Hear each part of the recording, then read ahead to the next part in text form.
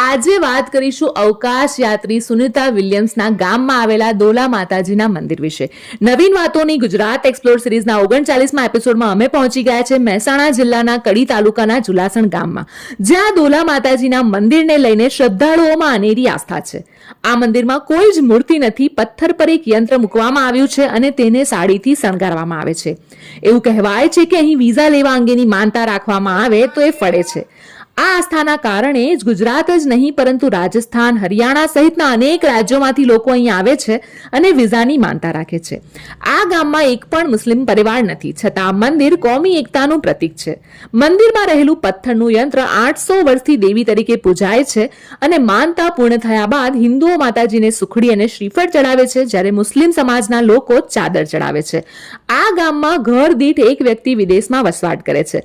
તો મિત્રો, આ વિડીયોને શેર કરી દો અને આવી જ નવી માહિતી મેળવવા માટે અમારા નવીન વાતો પેજને હમણાં જ ફોલો કરો.